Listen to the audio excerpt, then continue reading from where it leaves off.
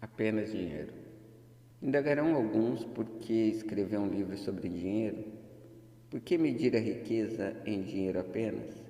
Alguns acreditarão com razão que existem outras formas de riqueza, mais desejáveis que o dinheiro. Sim, há riquezas que não podem ser medidas em termos de dinheiro, mas há milhares de pessoas que dirão: dê-me todo o dinheiro de que necessito e encontrarei tudo o que mais desejo. A principal razão de eu ter escrito esse livro, de como ganhar dinheiro, é o fato de milhões de homens e mulheres estarem paralisados de medo da pobreza. O que essa espécie de medo causa à pessoa foi bem escrito por Westbrook Pegler. Dinheiro é apenas concha de molusco ou disco de metal, ou ainda pedaços de papel. Há tesouros da alma e do coração que o dinheiro não pode comprar, mas a maioria das pessoas, estando sem dinheiro, não consegue ter isso em mente, mantendo a coragem.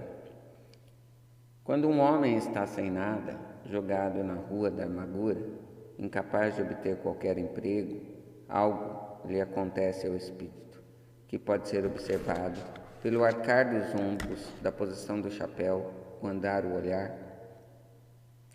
Não consegue fugir à sensação de inferioridade diante de gente que tem emprego, mesmo sabendo com certeza que não são seus iguais em caráter, inteligência ou capacidade. Essa gente mesmo, os amigos, sentem por outro lado uma sensação de superioridade e o encaram talvez inconscientemente como acidente. Esse poderá pedir dinheiro emprestado por algum tempo, mas não o suficiente para continuar a vida costumeira e nem poderá fazê-lo por muito tempo. Mas o próprio fato de pedir emprestado, quando se trata simplesmente de sobreviver, é uma experiência deprimente. A falta ao dinheiro emprestado o poder que tem o dinheiro ganho para animá-lo.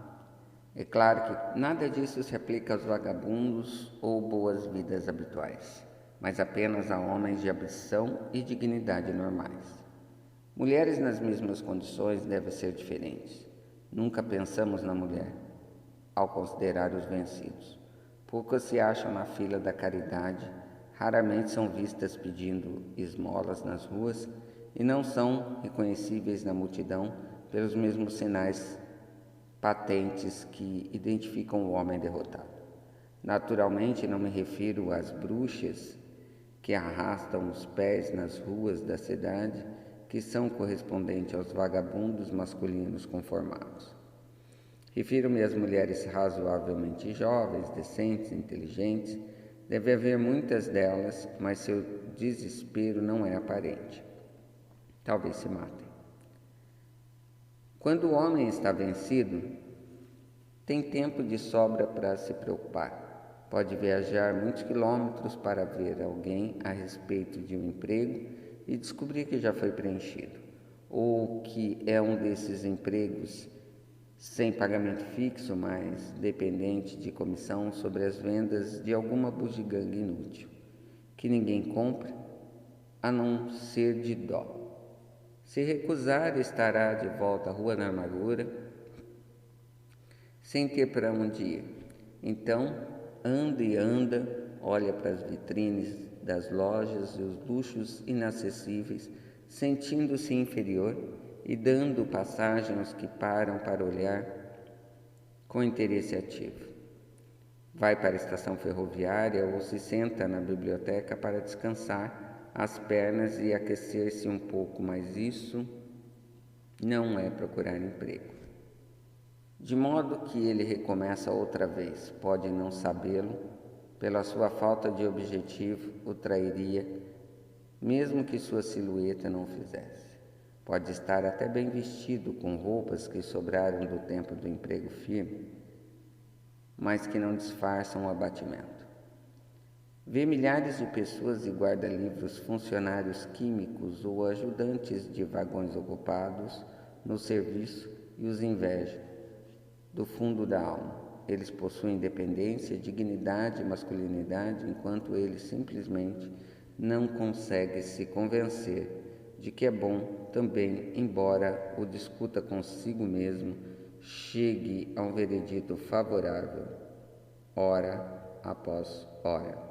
É apenas o dinheiro que faz a diferença. Com um pouco de dinheiro ele seria mesmo novamente. Você teme as críticas? Exatamente de que modo o homem chegou a esse temor, ninguém sabe com certeza, mas uma coisa é certa: ele o tem de maneira bastante desenvolvida. O autor tende a atribuir o medo básico à crítica, a parte da natureza herdada do homem, que não só o encoraja a tirar os bens e objetos dos seus semelhantes, mas ainda a justificar a ação, criticando o caráter do seu semelhante. É fato conhecido que o ladrão critica o homem que tem e furta, que políticos procuram vantagens expondo suas virtudes e qualidades, mas tentando manchar seus oponentes.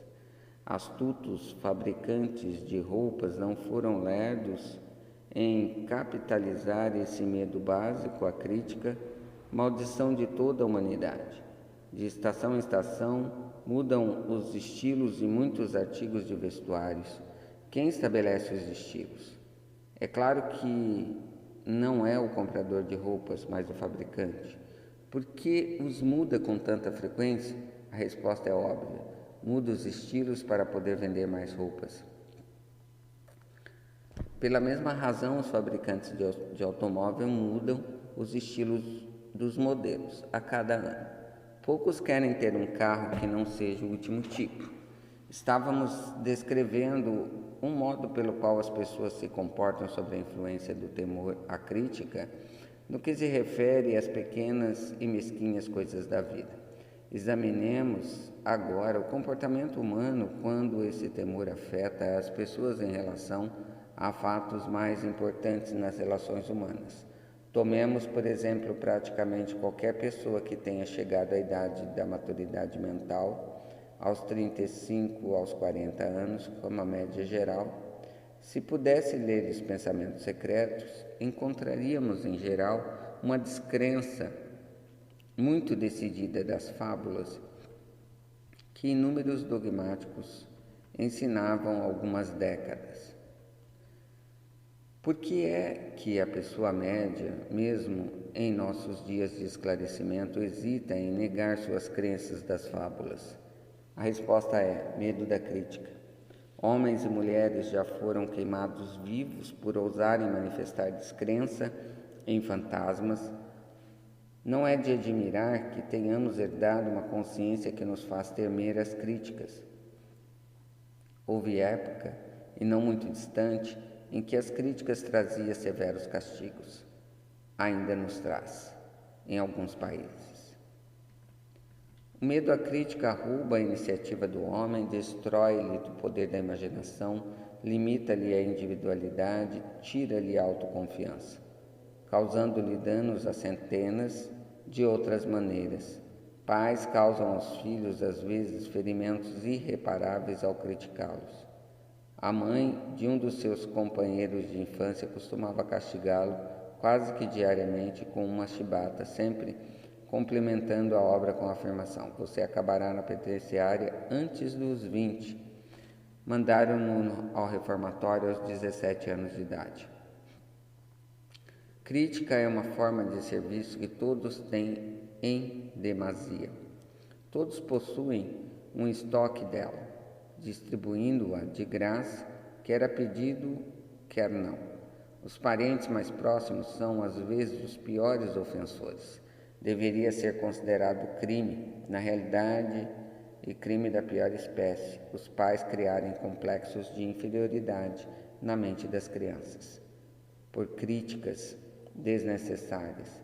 Empregadores que compreendem a natureza humana conseguem o máximo dos homens, não através das críticas, mas por sugestão construtiva.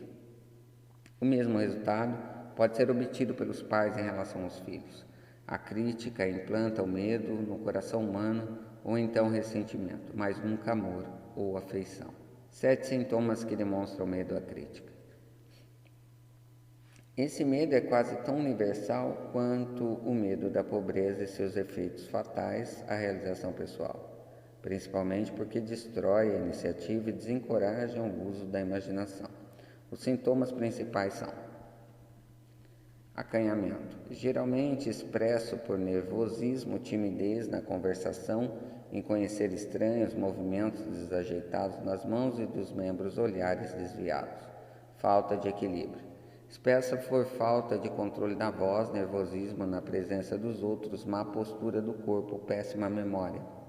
Personalidade fraca, falta de firmeza nas decisões, de encanto pessoal e capacidade de exprimir opiniões com firmeza. Hábito de desviar-se dos assuntos em vez de encará-los. Concordância com os outros, sem antes examinar-lhes a opinião com cuidado. Complexo de inferioridade. Hábito de se expressar autoaprovação oralmente por ações. Como meio de disfarçar o sentimento de inferioridade, usa palavras grandiloquentes para impressionar os outros, muitas vezes sem conhecer-lhes o verdadeiro significado. Imitar outros na maneira de vestir, falar e nos modos, jactando-se de realizações imaginárias. Isso dá, por vezes, a aparência superficial de um sentimento de superioridade. Extravagância, hábito de tentar emparelhar com o Silva, gastando além das possibilidades. Falta de iniciativa, fracasso em aproveitar oportunidades de progredir, medo de expressar opiniões, falta de confiança pelas próprias ideias, dando respostas evasivas às perguntas formuladas por superiores. Hesitarão nas maneiras e no falar, falsidade nas palavras feitas. Falta de ambição, lassidão mental e física, falta de autoafirmação, lentidão em chegar às decisões, facilidade de ser influenciado, hábito de criticar os outros nas costas e elogiá-los na frente, hábito de aceitar a derrota em seu protesto ou fugir a um empreendimento se encontrar oposição, suspeita imotivada dos outros, falta de tato nas maneiras e no falar, má vontade em aceitar a culpa dos erros.